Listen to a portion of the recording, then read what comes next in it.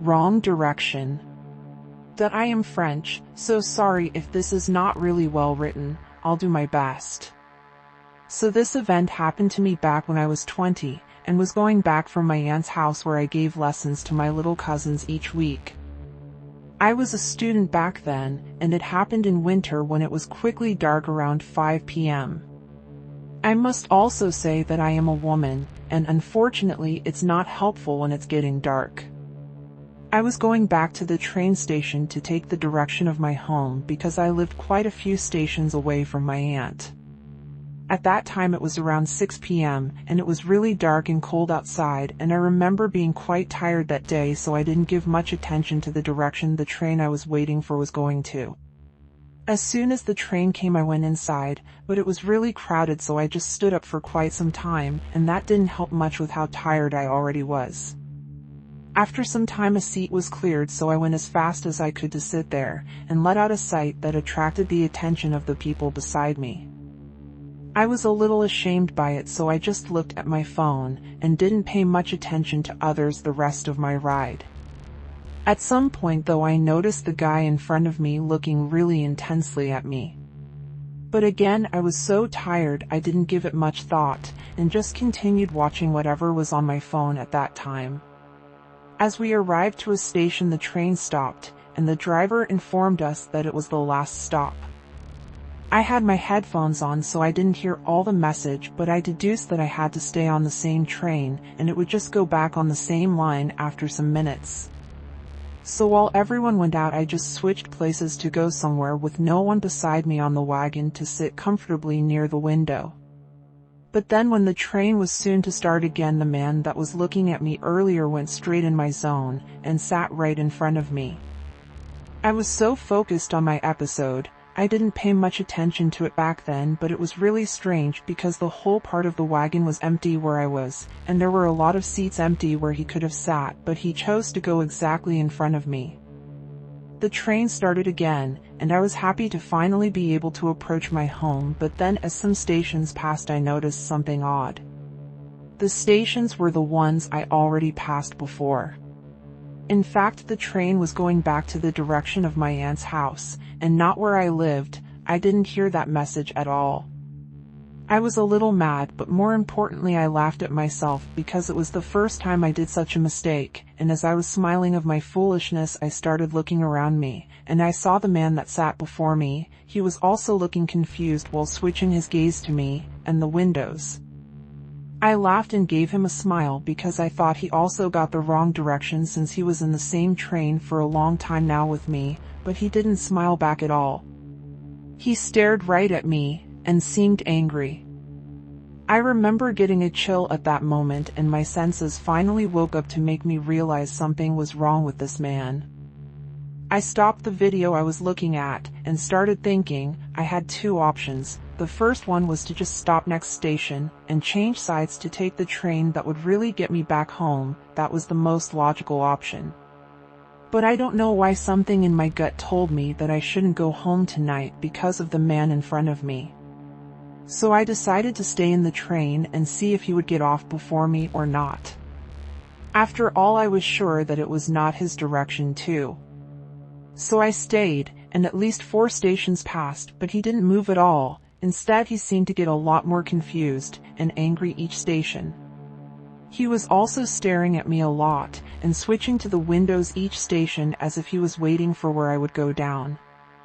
The way he was looking at me too was really scary, so I tried to avoid his gaze as much as possible so he won't think I noticed him. At some point he started giving me little pushes with his leg against my leg.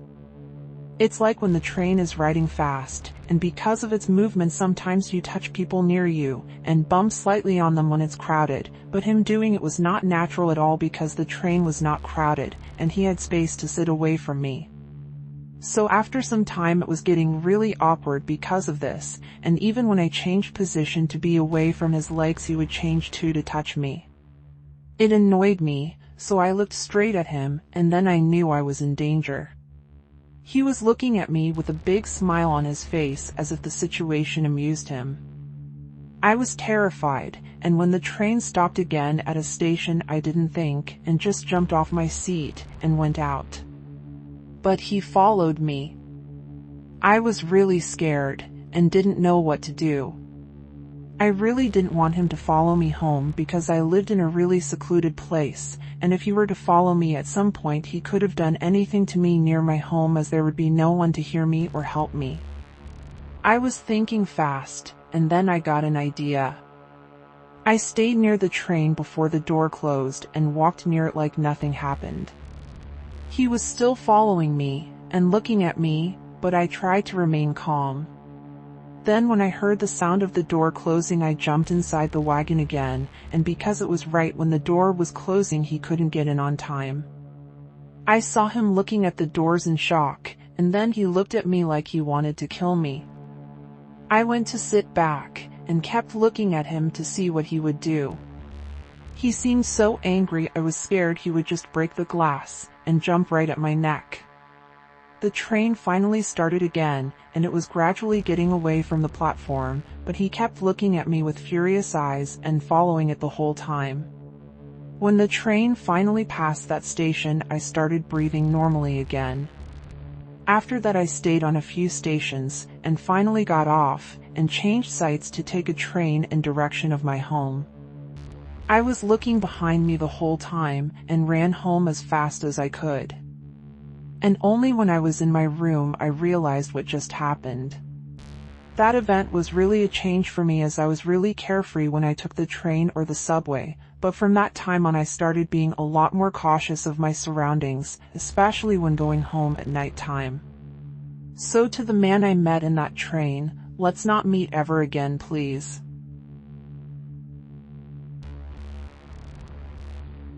Man in the window.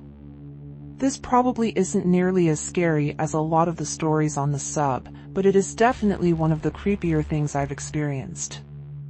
This happened some years ago. I was 20, I think. I was going on a road trip of a sort with a really good friend of mine and his family. Our destination was a concert in a country next to ours, but we would be stopping at night to sleep in the camper we drove in. We hadn't crossed the border yet when we stopped at the first campsite for the night.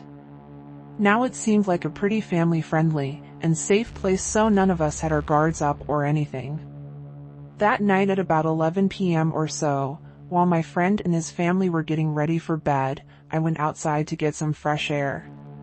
Our camper was almost completely next to the beach, so I went down to the shore to dip my feet and get some much-needed quiet time by myself. On the way there I passed by a beach shack, a detail that will be important later. As I stood there, letting the waves lap over my feet, I noticed the silhouette of a man further down the beach, but it was a public space for campers, so I didn't think much of it. After being absorbed by splashing in the water with my feet and enjoying the moonlight, I decided to make my way back. Of course it was very dark given the late hour, but I don't scare easily. Now as a woman in the modern world I usually do stay on my guard after dark, but that thought never occurred to me since I felt I was in a safe environment so close to the campsite. Anyways, as I was walking back I noticed that the silhouette of the man further down the beach was gone, but even more worrying was the fact that as I was nearing the beach shack I saw that someone seemed to be trying to hide from my view behind it. Immediately I was on alert and called a friend I knew would be awake. I gave the shack a wide berth while talking loudly to my friend about how she was coming to meet me. After not too long I got safely back to the campsite and hopped in bed in the caravan. I didn't tell my friend or his family because even though I was scared, there could have been many logical non-threatening answers to what I saw. I put it out of mind and the rest of the trip went off without a hitch.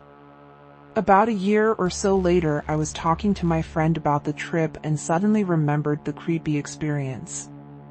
As I told him, he slowly got pale though and told me something his brother had told him and his family over breakfast some months after the trip. That same night, after I had gotten back and gone to bed, his brother had gotten up late at night to get some water. But when he passed the window right by his bed he saw a man standing right there outside looking in the window. As soon as he was seen, The man left, but it definitely creeped out the brother a lot, but just like me, he seemed to put it out of his mind. Now with both of those stories, it doesn't seem far-fetched that the man hiding by the beach shack had followed me back. I really am scared to think about what would have happened if I had been alone.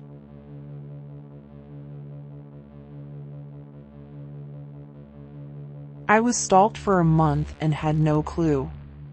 I walked to most places because, being severely visually impaired, obviously can't drive. I walk at night during summer, which lasts anywhere from April to October if we're lucky. This is probably not the safest idea, but I'm from Texas, so temperatures of 100 degrees aren't unusual. One of my usual destinations was a convenience store a few blocks from my previous house. I set out one night to get myself some Pepsi and a candy stash. Our town isn't very big and most people drive everywhere. It's very unusual to come across anyone else on my route to the store, but that night a man appeared out of nowhere and started talking like he knew me. He asked me where I was going and I told him. It wasn't unusual for people to keep watch on me because I'm a hard-of-hearing blind girl with forearm crutches. This guy had no reason to be there and was walking way too close beside me. He asked me where I was going and I told him, just in case I was overreacting. I sped up as much as I could since this part of the route is very dark with only a subway that had closed for the night. He definitely wasn't there for a $5 footlong. I tried to appear calm, though the alarm bells were ringing, and I was shaking to the point I was afraid I'd drop a crutch, which was probably the worst thing that could happen right then, especially after he started asking what I liked in the bedroom, and he could easily have his way with me in the ditch and no one would know. I felt sick, but continued my walk. The store was only about 20 yards away, and I knew the guy that was on the graveyard shift. I got safely inside, and my friend handed me a bag to carry my stuff in until I was ready to check out, and when I got up to the register he began speaking loudly enough that my ears hurt and I had to turn my hearing aids down because it hurt my ears. "Hey sweets, did you ever find my 3DS?" I played along, and he opened the half-door thing, and I sat on the stool like it was normal. Creepy dude came over and slammed his Bud Light and a 10 on the counter. After being handed his change, he went outside. He's still out there by the ice machine. After about 20 minutes he still hadn't left. My friend called his manager and after explaining the situation, she told him to lock up and run me home. He did and even walked me to my door. I put the key in the door and we stepped inside. "Catherine said to give you this." He handed a keychain and showed me how to lock and unlock the pepper spray. "Call us before you come from now on. He's coming after you for the last 4 weeks." He left and I made sure every door and window was locked. So, creepy dude, let's never meet again.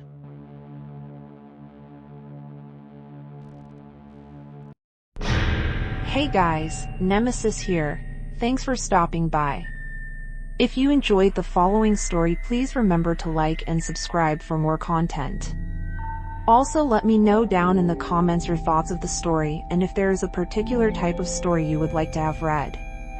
If you have a story of your own that you would like to have read, you can submit them to the email in the description. Until next time.